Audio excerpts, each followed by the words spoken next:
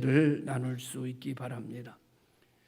3일이라고 하는 날수를 우리는 완전수다 그렇게 부릅니다. 성부, 성자, 성령 삼위일체 되신 하나님. 그리고 우리가 전쟁에 나갈 때도 비행기가 어떤 편대를 이루는가 하면은 삼각편대를 이룬다. 그래서 앞에 선두를 쓰는 비행기가 있고 양옆으로 비행기 2대가 떠서 삼각편대를 중심으로 전쟁을 수행하는 것을 보게 될 때 3이라고 하는 숫자는 굉장히 여러 면에서 아주 중요하게 사용되는 숫자가 분명합니다. 오늘 우리가 문제를 생기게 되고 여러 가지 어려움을 겪게 될 때에 이 문제를 하나님께 맡기는데 조용히 3일을 기다리라는 뜻이 있습니다. 문제를 만나고 한숨 짓고 탄식하게 될 때 바로 결정하지 말고 바로 판단하지 말고 바로 도장 찍지 말고 3일 동안 기도하면서 하나님의 놀라우신 뜻을 기다려보라.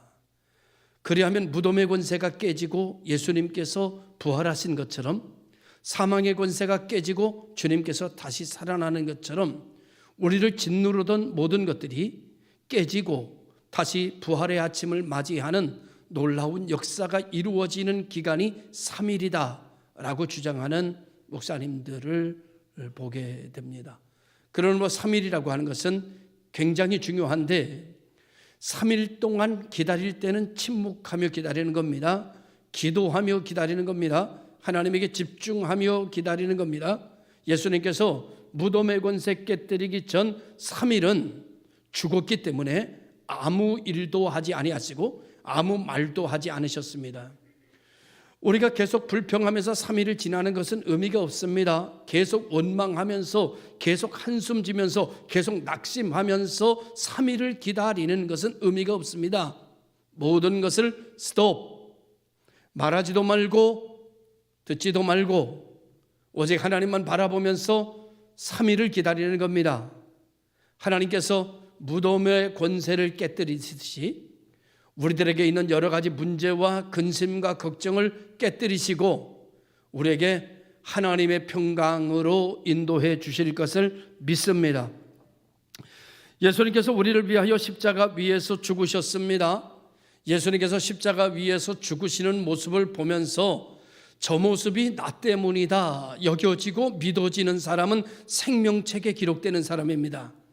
예수님이 십자가에 못 박혀 죽으시는 것을 보면서 저분이 죽으심이 나 때문이라고 여겨지지 않을 때에는 아직 십자 생명책에 기록되기 전 상태입니다.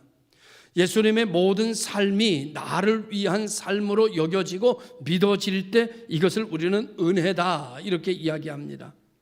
예수님을 따르던 사람들은 모두가 다 낙심하고 절망했습니다. 언제? 예수님이 십자가에 못 박혀 죽으실 때입니다. 왜냐고 하면 예수님을 통해 꿈꾸고 예수님을 통해 계획하고 예수님을 통해 자기 인생을 맡겼는데 예수님이 죽으심으로 자기의 꿈꾸던 계획하던 모든 것들이 다 끝났다고 생각했기 때문입니다. 그래서 그들은 밖에 나와서 다닐 수 없을 만큼 두려움에 사로잡히게 되었고 죽음의 공포에 사로잡히게 되었고 모든 일들을 포기해야 될 지경, 이제 어떻게 살아야 될지 어디로 가야 할지 알지 못하는 수렁에 빠지고 말았습니다. 그래서 어떤 제자는 엠마오로 내려가는 제자들도 있고 어떤 제자는 문을 걸어 잠그고 모여서 탄식하고 절망하는 제자들도 있고 여러 상태의 모습이 드러나기를 시작했습니다. 그런데 그런 가정 속에 예수님께서 3일 만에 부활하셨고 부활하시고 난 이후에 그 무덤을 찾아온 여인들에게 천사가 말했습니다. 너희가 찾는 예수는 여기 계시지 않는다. 살아나셨다. 너희보다 먼저 갈릴리로 가실 것이다. 제자들에게 가서 예수 다시 사셨다고 알려라. 그 말을 듣고 무덤에 들어가 보니까 예수님의 시신은 보이지 않고 예수님의 입혀졌던 세마포는 차곡차곡 개켜져 있었습니다. 제자의 여인들은 마음이 급해졌습니다. 예수님이 어디로 갔을까? 과연 천사들의 말을 이들은 믿었을까?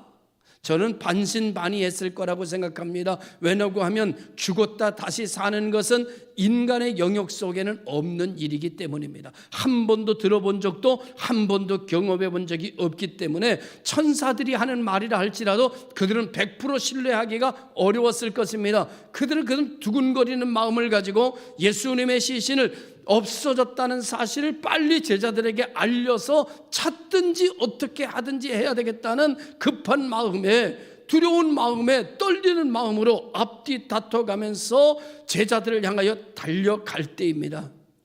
근데 그렇게 불안해하고 그렇게 초조해하고 그렇게 근심하고 그렇게 눈물 흐르는 모습을 계속 가지고 있기를 원하시지 않는 주님은 부활하신 몸 그 자체로 급하게 여인들에게 찾아오셨습니다. 그리고 내가 진짜 살아났다는 것을 그 여인들에게 보여주셨습니다. 그리고 그들의 마음에 두려움과 염려와 근심과 긴장을 기쁨과 환희로 바꾸어 주셨습니다. 우리 주님께서는 부활하시고 난 이후에도 부활하시자마자 일하고 계셨습니다. 주님께서 이렇게 말씀하셨지요. 하나님께서 일하시니 나도 일한다. 주님께서 하시는 일은 포플러 나무를 위해서 일하는 것도 아니고 느티나무를 위해서 일하는 것도 아니고 저 한강을 위해서 일하는 것도 아니고 하나님이 일하시는 일, 예수가 일하는 일은 전적으로 나를 위하여입니다. 나를 위하여 주님은 지금도 나에게 관용하시고 나에게 일하고 계시는 것을 보게 됩니다. 여인들이 두려워하고 여인들이 불안해하는 마음을 더 오래 지속하지 않도록 할 수 있으면 더 그 지속이 빨리 끝나고 기쁨과 환희로 바뀌어지는 마음을 주시고 싶어 주님은 길을 내달리고 있는 여인들에게 급하게 찾아오셔서 자기가 살아났다는 것을 보여주심으로 근심과 슬픔을 기쁨으로 바꿔주고 계시는 모습을 보게 됩니다. 제자들이 어느 집에 한 곳에 모여서 낙심하고 좌절하고 절망하고 탄식하고 있었습니다. 이제 우리가 어떻게 살아야 되느냐? 정말 우리가 믿었던 그 선생님이 정말 메시아였을까? 그러면 왜 죽었지? 여러 가지 근심과 낙심하고 있을 때 주님께서 그들을 찾아오셨습니다. 그런데 그들을 찾아오셨는데 부활하신 주님이 문을 열고 들어오지 않고 그냥 벽으로 들어왔습니다. 그죠? 문 안 열고 들어오셨죠? 얼마나 급했으면 문도 열쇠 없이 들어오셨을까? 부활하신 예수님은 전능하신 분입니다. 부활하신 예수님은 시공간을 초월하실 수 있는 분입니다. 그런다 할지라도 주님께서 제자들이 낙심하는 것을 1시간이라도 빠르게 줄이기 위해서, 절망하는 것을 빨리 없애주기 위해서 주님께서 급하게 제자들을 찾아오셨는데 어떻게 얼마나 급하면 문도 안 열고 들어오셨느냐 그런 말이에요. 우리 주님은 어떤 분이십니까? 우리 주님은 이렇게 일하시는 분이에요.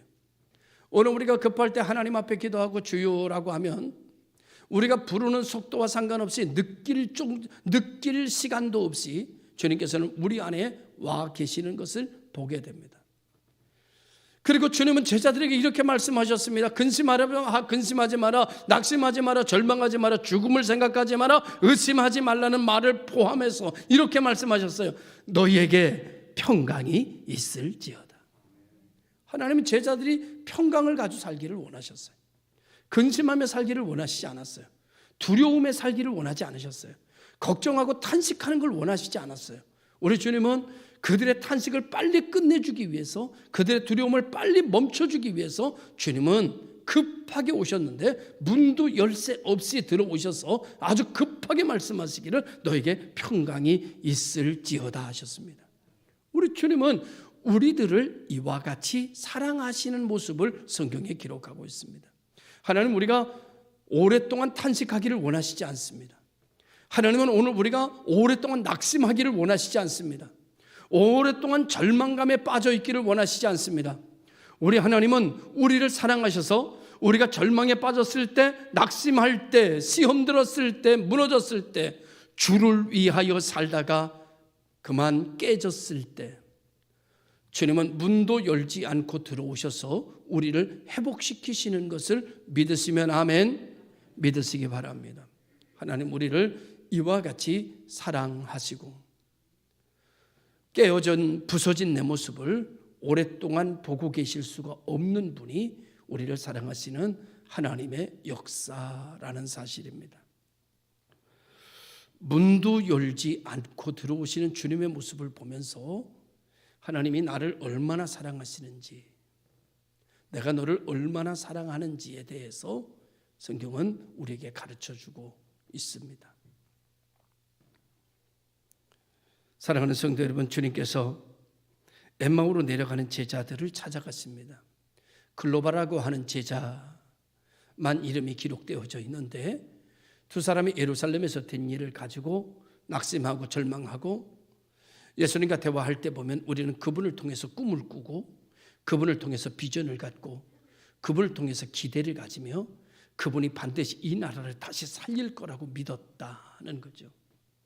그런데 그분이 예루살렘에서 죽으심을 당했고 그것도 엄청난 일인데 여자들이 와가지고는 그 예수가 살아났다고 말하니 도대체 믿을 수가 없다. 도대체 어떻게 된 일인지 모르겠다. 그런데 주님은 계시지 않으니 큰일 났다고 생각하며 제갈 길로 엠마오라고 하는 마을로 내려가고 있는데 주님께서는 그들이 그렇게 고개를 떨구고 있는 모습을 오래 보실 수가 없었습니다. 왜? 사랑하는 사람들이었기 때문입니다. 그래서 주님은 급하게 그들에게 다가가셨고 그들을 다시 회복시키는 일에 주력하셨습니다. 그들과 함께 부활한 모습으로 걸으셨고 그들과 함께 대화하셨고 그들을 그 자리에서 가르치셨고 그들과 함께 식사를 하기 전 그들을 위하여 축사하시고 떡을 떼어 그들에게 주셨습니다. 그들은 그 떡을 먹으면서 눈이 밝아졌다고 하고 주님께서 가르치던 말씀이 다시 깨달아지기를 시작했다고 성경은 기록하고 있습니다. 그들은 그 자리에 머물러 있을 수가 없었습니다. 그들은 다시 부활하신 예수님을 증거하려고 예루살렘으로 다시 올라가기 시작했습니다. 우리 하나님은 우리를 얼마나 사랑하시는가 하면 이렇게 우리에게 찾아오셔서 내려가던 인생을 다시 오르막으로 올라갈 수 있는 비전과 용기와 기쁨과 감격으로 채워주시는 분이 우리가 믿는 주님이십니다. 주님의 역사는 이렇게 우리들에게 나타난다는 사실을 오늘 성경을 통해서 엠마오로 내려가는 제자들을 통해서 우리들에게 말씀하고 계신 겁니다. 난 너희들이 한숨 쉬는 걸 원하지 않아. 난 너희들이 낙심하고 앉아있는 걸 원하지 않아. 난 너희들이 절망 속에 오래 있는 걸 원하지 않아. 주님께서는 문을 열지도 못하 열 사이도 없이 다가오시는 것처럼 우리가 하나님의 이름을 부를 때 천장에서 내려오고 벽에서 들어오시는지 어디서 오는지 모르게 우리에게 찾아오시고 계시는 것을 믿습니다. 하나님 우리를 눈동자처럼 지켜보고 계시는 거고 하나님은 내 삶에 관여하고 계시는 거예요. 저는 이 관여한다는 말을 며칠 전부터 쓰기 시작했습니다. 새벽에서부터 하나님이 내가 어떤 일을 겪고 어떤 상황에 놓여 있다 할지라도 하나님이 내 삶에 관여하고 계시다면 나는 염려할 필요가 없다고 믿습니다. 근심할 이유도 걱정할 이유도 없는 것은 하나님이 내 속에 내 일에 내 낙심에 하나님이 들어오셔서 관여하고 계시기 때문입니다. 그러면 무덤의 권세는 깨질 것이고 사망의 권세는 떨어져 나갈 것이고 음부의 권세는 한 길로 왔다가 7길로 떠나갈 것이며 나를 결박했던 그런 사슬은 불에 탄 산금처럼 녹아지는 역사가 일어날 것을 믿기 때문입니다. 누구만 할 수 있느냐? 나를 사랑하시는 하나님만 내게 행하실 수 있는 일들이라는 사실을 알기 때문입니다. 그래서 이사야를 통해서 하나님 내게 말씀하십니다. 두려워하지 마라, 염려하지 마라. 나는 너의 하나님이야. 이 말이 일평생 사는 동안에 얼마나 큰 위로가 되고 격려가 되고 힘이 되었는지 모릅니다. 나는 너의 하나님이야. 어려운 일, 힘든 일, 고통스러운 일, 내 힘으로 해결할 수 없는 일을 만날 때마다 하나님 앞에 하는 고백이 있습니다. 목숨 걸고 하는 기도가 있습니다. 그 기도가 이 말입니다. 하나님, 저는 하나님밖에 없습니다. 하나님, 저는 이 일에 관하여 하나님밖에 없습니다. 나를 도와줄 분도 하나님밖에 없고, 이 문제에 대하여 의논할 분도 저는 하나님밖에 없습니다. 하나님이 역사하지 아니하시면 나는 아무것도 할 수 없는 사람인 것을 하나님 아시고 부르셨잖아요. 하나님께서 저를 부르실 때 하나님밖에 없다는 사실을 아셨고 나를 부르셨고 지금까지 나와 함께 계시지 않았습니까? 이번 일에도 하나님께서 반드시 관여하시고 역사하실 줄로 믿습니다. 이런 기도를 늘상 하나님 앞에 드립니다. 내가 이런 기도로 하나님 앞에 나아갈 때, 하나님, 정말 나는 이 온 세상 5대 6대 안에 나는 바라볼 것이 하나님밖에 없습니다 라고 고백할 때 한 번도 하나님은 외면하거나 등 돌리거나 모른다고 하신 적이 없었습니다. 그 결과 오늘 저는 이 자리에 서 있고, 그 결과 오늘 여러분들은 이 자리에 앉아 있습니다. 우리 모두는 이렇게 우리를 만드신 분은 하나님이라는 사실을 우리는 잊지 말아야 됩니다. 나를 여기 있게 만드시고 우리 반주자가 여기서 하나님 앞에 예배드리는 반주를 드릴 수 있도록 반주자를 만드신 분은 하나님이시라는 거죠. 재주가 아닙니다. 달란트가 아닙니다. 하나님이 만드신 거예요. 소년 다윗을 기라성 같은 장군들도 두려워 골리앗 앞에 나가지 못하는 가운데 물맷돌 하나 가지고 너는 칼과 단창으로 내게 오거니와 나는 만군의 여호와의 이름으로 간다. 그리고 물맷돌 하나 가지고 골리앗 앞으로 나갈 수 있게 만드신, 이런 다윗을 만드신 분은 하나님입니다. 이런 다윗을 만드신 분은 하나님이에요. 하나님이 이런 다윗을 만든 거예요. 어떻게 만드셨는지 아세요? 어렸을 때부터, 양치기를 할 때부터 하나님이 그를 만들어가기 시작하는 거예요. 맹수가 와서 자기 양을 빼앗아 가려고 할 때 어린 아이였지만, 소년이었지만 하나님께서 그 마음을 주관하셔서 맹수와 싸울 용기를 불어넣어 주신 거예요. 그래서 나가 싸웠어요, 여호와의 이름으로. 그래서 맹수의 입을 찢었어요. 만군의 여호와의 이름으로, 하나님이 주시는 힘으로 나가면 이기는 것을 어렸을 때부터 하나님이 경험시켜서 키웠어요.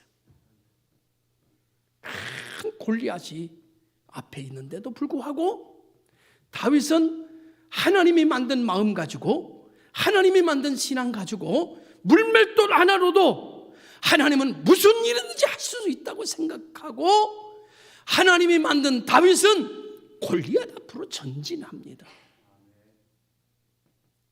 여러분, 이런 얘기 있죠. 제가 언젠가도 얘기했지만 잘 던져야 되겠다. 맞을까? 안 맞을까? 그런 생각하면 끝난 겁니다. 하나님 믿고 그냥 던지는 거예요. 언도로 날아가든 하이로 날아가든 상관없습니다. 던져 놓으면 언제나 역사는 하나님이 하신 거예요. 다윗이 기가 막힌 훈련으로 던져서 이 말을 맞췄다? 아닙니다. 하나님이 물맷돌을 주장하고 계셨습니다.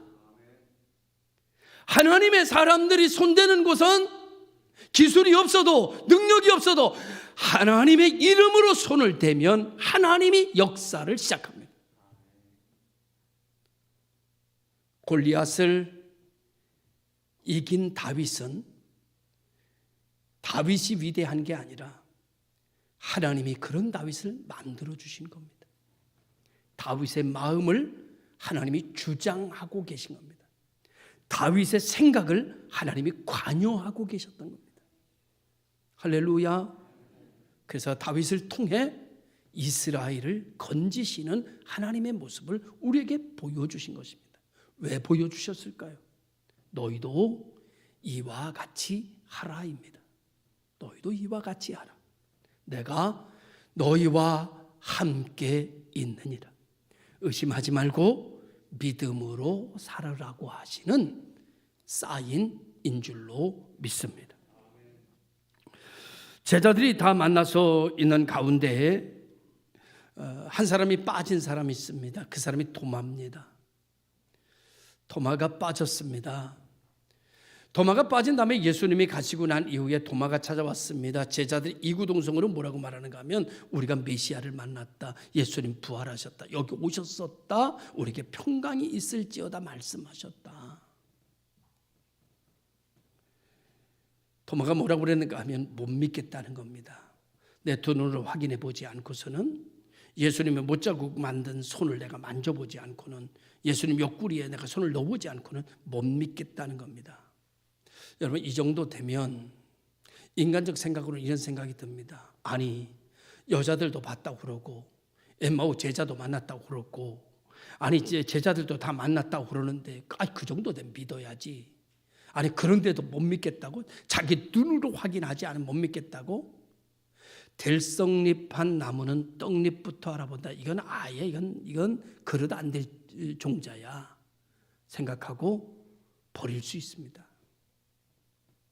근데 말이죠, 우리 주님께서는 어떤 분인가 하면 들썩잎 되지 않은 떡잎 같은 존재를 찾아오십니다. 그리고 그 떡잎, 들썩잎하지 않은 떡잎에게 손을 내밀어 보여주십니다. 넣어봐. 손을 가져다가 옆구리에다가 만져보라고 하십니다. 여러분, 도마는 예수님을 만났습니다. 떡잎 같은 버림받을 떡잎을 주님은 살리셨습니다. 그에게 다시 일어나도록 기회를 주셨습니다. 은혜를 베풀어 주셨습니다. 그의 탄식의 깊이만큼 감사의 높이가 올라가게 하셨습니다. 그의 의심만큼 그의 믿음이 상승하게 만드셨습니다. 그리고 그는 주를 위하여 살고 싶은 마음으로 충만해지기 시작했습니다. 그래서 그는 인도의 선교사를 자청하기에 이르렀습니다. 하나님은 우리를 살리시는 분입니다. 내가 떡잎 같아도, 사람은 질밟고 사람은 그냥 제껴버리는 나일지라도 하나님은 나에 대한 관심을 끊지 않으시는 분입니다. 찾아오셔서 새 힘을 주시고 떡잎에게 다시 한번 기회를 주시는 하나님이 우리가 믿는 하나님이십니다. 하나님은 여러분을 버리지 않습니다. 하나님은 우리를 사랑하십니다. 제자들이 이 모든 일을 맞춰놓고 부활하신 예수님을 마저 갈릴리로 다 몰려갔습니다. 그리고 고기를 잡고 있었습니다. 밤이 맞도록 고기를 잡았지만 한 마리도 잡지 못했습니다. 주님께서 탄식하고 밤새도록 고기 잡고 피곤하고 절망하고 있는 제자들을 그냥 두고 보실 수가 없었습니다. 그래서 주님께서 갈릴리로 쏜살같이 쫓아가셨습니다. 주님께서 왜 갈릴리로 가셨습니까? 사랑하는 제자들이 거기 있었기 때문입니다. 주님은 오늘 나는 여기 계시다고 믿습니다. 왜냐고 하면 주님이 사랑하는 내가 여기 있으니까.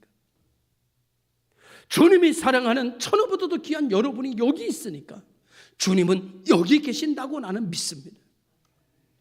제자들이 갈릴리에 가니 주님은 갈릴리에 계셨습니다. 주님이 제자가 엠마오의 길에 있었더니 주님은 엠마오의 길에 계셨습니다. 제자들이 두려워 떨며 창고 같은 방 안에 있으니 주님은 그 방 안에 계셨습니다.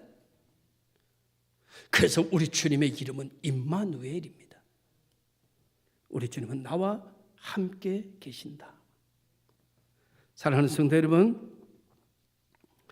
부활하신 주님은 제자들을 떠날 수가 없었습니다. 그래서 제자들을 회복시키시고 챙기시고 그들에게 다시 소망을 불어넣어 주셨습니다. 그래서 제자들은 주님 주신 힘으로, 주님 주신 부활의 능력으로, 주님이 챙겨주신 어루만짐으로 그들은 성령 받는 다락방에 모일 수가 있었던 겁니다. 주님이 만지지 않으셨다면, 주님이 찾아오시지 않으셨다면 제자들이 어떻게 하나님의 언약을 가지고 마가의 다락방에 모일 수 있었겠습니까? 주님이 보여주셨기 때문에, 주님이 설득해 주셨기 때문에, 주님이 이해시켜 주었기 때문에, 주님이 찾아와 주셨기 때문에 그들은 모든 것을 버리고 마가의 다락방에 몰려들기 시작했습니다. 그들은 다시 주님의 언약, 성령 받으라는 말씀 하나 붙들고 그들은 앞다투어 기다리며 기도하기 시작했습니다. 그리고 그들 위해 하나님은 성령을 가득 부어 주시게 되었습니다. 시공간을 초월할 수 있도록, 주님의 모습을 대변할 수 있도록 그들을 다시 세워나가기를 시작해 주셨습니다. 우리 주님은 우리를 이와 같이 사랑하시는 분입니다. 너희에게 평강이 있을지어다. 주님을 믿는 자, 주님의 부르심을 입은 자, 그 모든 이들은 주를 믿는 믿음 안에 거하여 주님께서 이루신 평강을 누리며 살아가는 여러분 되시기를 바라고, 육체적인 여러 가지 어려움과 낙심, 원하는 대로 되지 않은 불통이 여러분에게 왔을 때 침묵하며 말하지 말고 주님을 바라보며 기도하며 3일을 견뎌보십시다. 3일이 지나면 무덤의 권세를 깨뜨리듯이 여러분의 문제가 해결될 것이며 치유하시고 찾아오셔서 어루만지시는 주님을 보게 될 것이고, 우리 모두는 주님의 언약에 붙잡혀 나아가는 주님의 사람들로 거듭나는 역사가 일어나게 될 줄로 믿습니다. 주님께서는 예수님의 제자들을, 그런 제자들을 성령 받게 하셔서 천국을 위해 일하게 하셨습니다. 그의 나라와 의를 위하여 몸도 마음도 재주도 시간도 하나님 앞에 드리며 살도록 하셨습니다. 몸과 마음과 정성과 재주와 물질을 하나님 앞에 드리게 살게 하신 것은 사실은 은혜를 주었더니 제자들 스스로 선택한 길이기도 합니다. 주님을 위해 살고 싶은 마음이 생겨졌습니다. 주님의 사랑에 감복해서 이렇게 말씀하셨죠. 하나님 아버지께서 일하시니 나도 일한다. 안에 성령의 역사가 있는 제자들의 마음속에 이런 음성이 들렸을 것입니다. 주님도 일하시니 나도 일해야겠다. 하나님의 사랑은 변함이 없습니다. 예수님은 우리를 위하여 지금도 일하고 계십니다. 이제 우리도 우리의 마음속에 이런 울림이 있었으면 좋겠습니다. 주님이 나를 위하여 일하시니 나도 주를 위하여 일해야겠다. 기도하겠습니다.